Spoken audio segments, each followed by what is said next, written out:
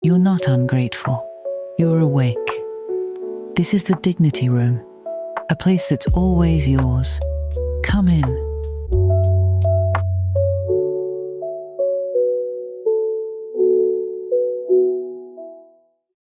Notice what you do the moment it goes quiet. The kids are finally asleep, or maybe your partner, husband, significant other, whatever. The house or your apartment is still. There's nothing left on the list that has to be done tonight. A rare, open pocket of silence. And within about 30 seconds or something, you've reached for something else. So, like the phone, the TV, maybe a podcast. So, even this one. Something to put into the quiet, something to fill it. You probably tell yourself you are just relaxing, unwinding, and partly that's true. But there's another part, a part you might not say out loud, even to yourself, which is that the silence, when it gets too quiet, feels not quite safe. Like if you sat in it long enough with nothing playing, nothing scrolling, nothing to do, something would surface, something you've been keeping at bay. So you fill it quiet. So you fill the quiet. And of course, you always fill the quiet, and it works. The thing stays down, but it costs you more than you know. And today, gently, let's look at what you've been filling the silence to avoid. So we spent the last few episodes learning to hear yourself again, catching your first answer, trust your own read, instead of asking anyone else. So there's something underneath all of that. Something that has to be faced before any of it can fully land. And it's this. Hearing yourself requires being quiet enough to listen. And for a lot of us, quiet is the one thing we've spent years carefully avoiding, right?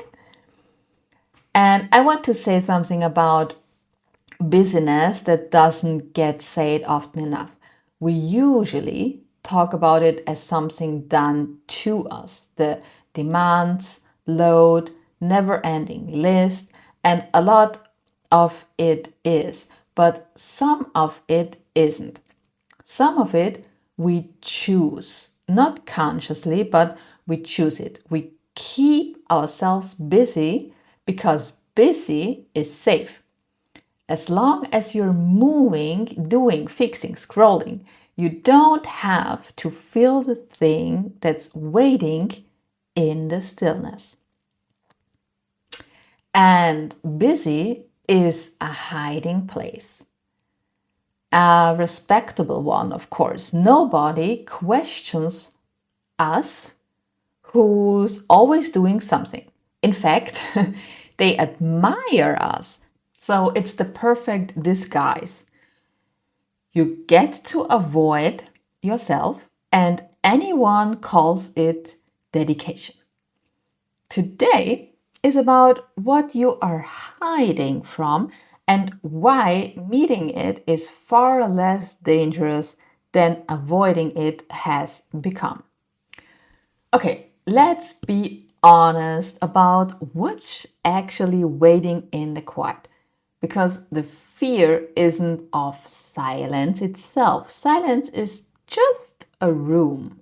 The fear is of what's in the room when nothing else is. And usually it's one of a few things. So sometimes it's the question we started this whole show with. Is this it? The quiet is where that question lives because the quiet is the only place it can be heard. Fill your life with enough noise and you can outrun it for years. But the moment everything goes still, there it is, patient as ever. Or sometimes it's grief, not always for a person, more like it's grief for time, for the years that went by while you were functioning, for the version of your life you thought you would be living by now, or for parts of yourself you set down so long ago you can't quite remember where. That kind of grief doesn't announce itself. It just sits in the quiet, waiting to be acknowledged. And yeah, sometimes it's a longing you can't even name, a sense that something is missing or that something in you is unlived, unexpressed, still waiting. And it doesn't come with words, it comes as an arch. And arches are very hard to sit with when you don't know what they are for. And yeah, so you fill in the silence. Of course you do. Who wouldn't? I mean, everyone does. Sitting alone with an unnamed grief or an unanswered question or a wordless longing, that's genuinely hard. Reaching for your phone isn't weakness, it's a completely understandable way to avoid pain you were never giving any tools to. But here's the thing about feelings you won't let yourself feel. They don't leave. They don't go away. They wait. And while they wait, they don't sit quietly. They leak. They come out sideways as the tiredness sleep won't fix, as the irritability, as the flatness, as the low background hum of something not right. The feeling you won't feel directly doesn't disappear. It just finds a way to reach you. So now here's what I really want you to understand, because the whole reason you avoid the silence is a belief, usually unspoken, that if you let the feeling in, it would overwhelm you, that it's too big. Or that if you started crying, you might not stop. That if you really let yourself feel the grief or the longing or the question, it would swallow you whole. That belief is the thing keeping you running, and it isn't true. So here's what's actually true about feelings, even big ones. A feeling that is genuinely felt, allowed in, acknowledged, giving a little room, moves through. That's what feelings are built to.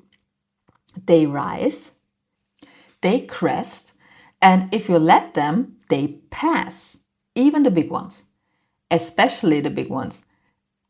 A wave that's allowed to break is a wave that recedes. What doesn't move through is a feeling you refuse to feel. That's the one that stays forever in the worst part. That's the one that runs in the background for years, draining you, leaking out sideways, quietly running your life from a room you won't enter. So, the math is the opposite of what you think. You avoid the feeling because you believe feeling it is the danger. But feeling it is actually the release. The danger, the real ongoing expensive danger is the avoiding. The avoiding is what costs you years. The feeling itself met directly often costs you an afternoon. And here's also one more thing the avoiding costs you, and it's the deepest one. The feeling in that quiet room isn't your enemy. It's a part of you. It's the part that's still keeping count of what matters to you, still grieving what you lost, still longing for what you haven't let yourself want. When you slam the door in the feeling, you're not just avoiding pain, you are abandoning the part of yourself that's trying hardest to reach you. That part has been knocking for a long time through the tiredness and the flatness. Is this it? It isn't trying to destroy you, it's trying to come home. And every time you turn up the noise, you tell it, not now, not yet, not safe. What it's been waiting to hear from you is the opposite. I'm here, you can come in. So, how can you begin? And you should carefully begin in tiny doses, never all at once. And I'm not going to ask you to sit in silence for hours and let everything flood in. So that's not brave, that's overwhelming. And you would never do it twice. So we start very, very low. So like the way you would ease into cold water. So a little at a time. So yeah, here's the practice. When you find yourself in a pocket of quiet and you feel the reach for your phone coming, try this instead. Don't fill it, not for long, just for 2 minutes. Set a timer if it helps, so you know there is an end, so it feels bounded and safe. And in those 2 minutes, don't try to meditate, don't try to clear your mind. Just sit and let yourself notice what's actually there. Is it resentlessness? Is it sadness? An art you can't name? A question? You don't have to do anything with it.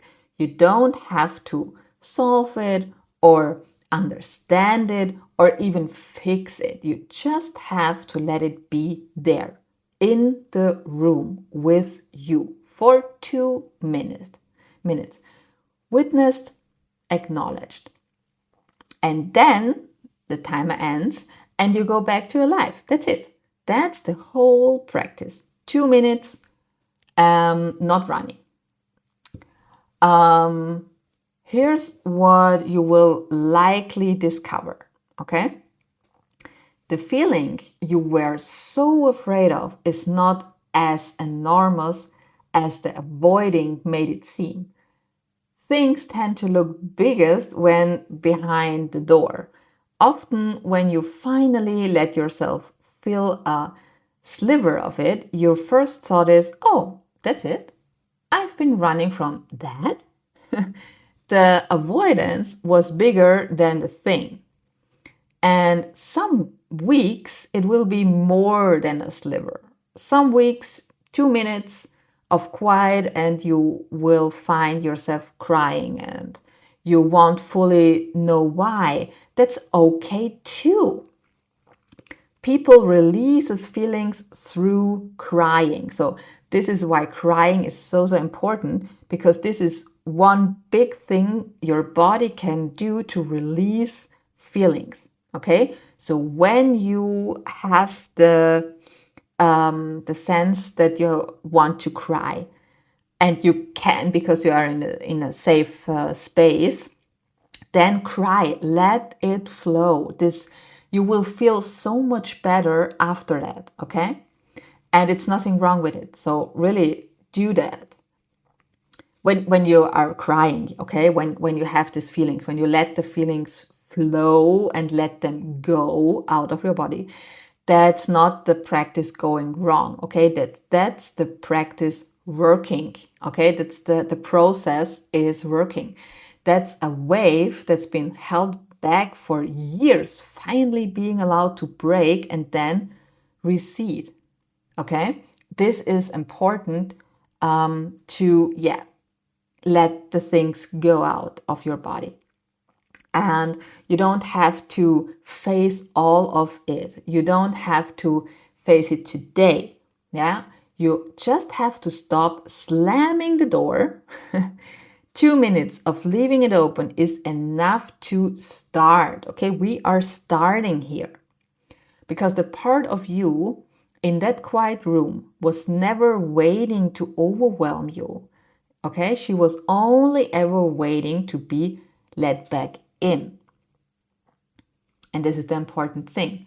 Also, I want a short remembering here because also the feelings when they adapt, because you hide them and you buried them, it's not like then it comes through a mindset problem or a sleeping problem. No, it gets worse and worse, and the body tries to release it by back pain, knee pain, hip pain, neck pain, migraines, things like that. So the longer you wait to get let's say rid of the feelings, the worse it gets also for the body itself, okay? So I want to mention this really quick here. Okay. If 3 things stay with you today. 1, busy is a hiding place. Some of your busyness is done to you, but some of it you choose without releasing. Because staying in motion keeps you from feeling what's waiting in the silence, in the stillness. Silentness is, I think, not a word, right? In the stillness. So the fear was never of silence. It's of what's in the room when nothing else is. 2, avoiding the feeling costs more than feeling it. A feeling that's truly felt rises, crests, and passes, even the big ones. A feeling you refuse to feel is the one that stays forever, running in the background, leaking out as tiredness, as flatness, as back pain, or whatever body pain, and that low hum of something not right. The avoiding is the expensive part in, I think, every part. The feeling itself often costs you an afternoon. And 3, begin in tiny doses. Once this week, when you reach for your phone in the quiet, don't fill it for just 2 minutes. Set a timer so it feels safe. Don't fix anything. Just let what's there to be there witnessed. The thing you've been running from is almost always smaller than the running. And the part of you in that quiet room was never waiting to overwhelm you, only to be let back in. I'm still walking this path too, and I made something for the walk, just for you. No stage, no pedestal. One woman to another. It's in the show notes, whenever you're ready. This was the Dignity Room. Come back soon.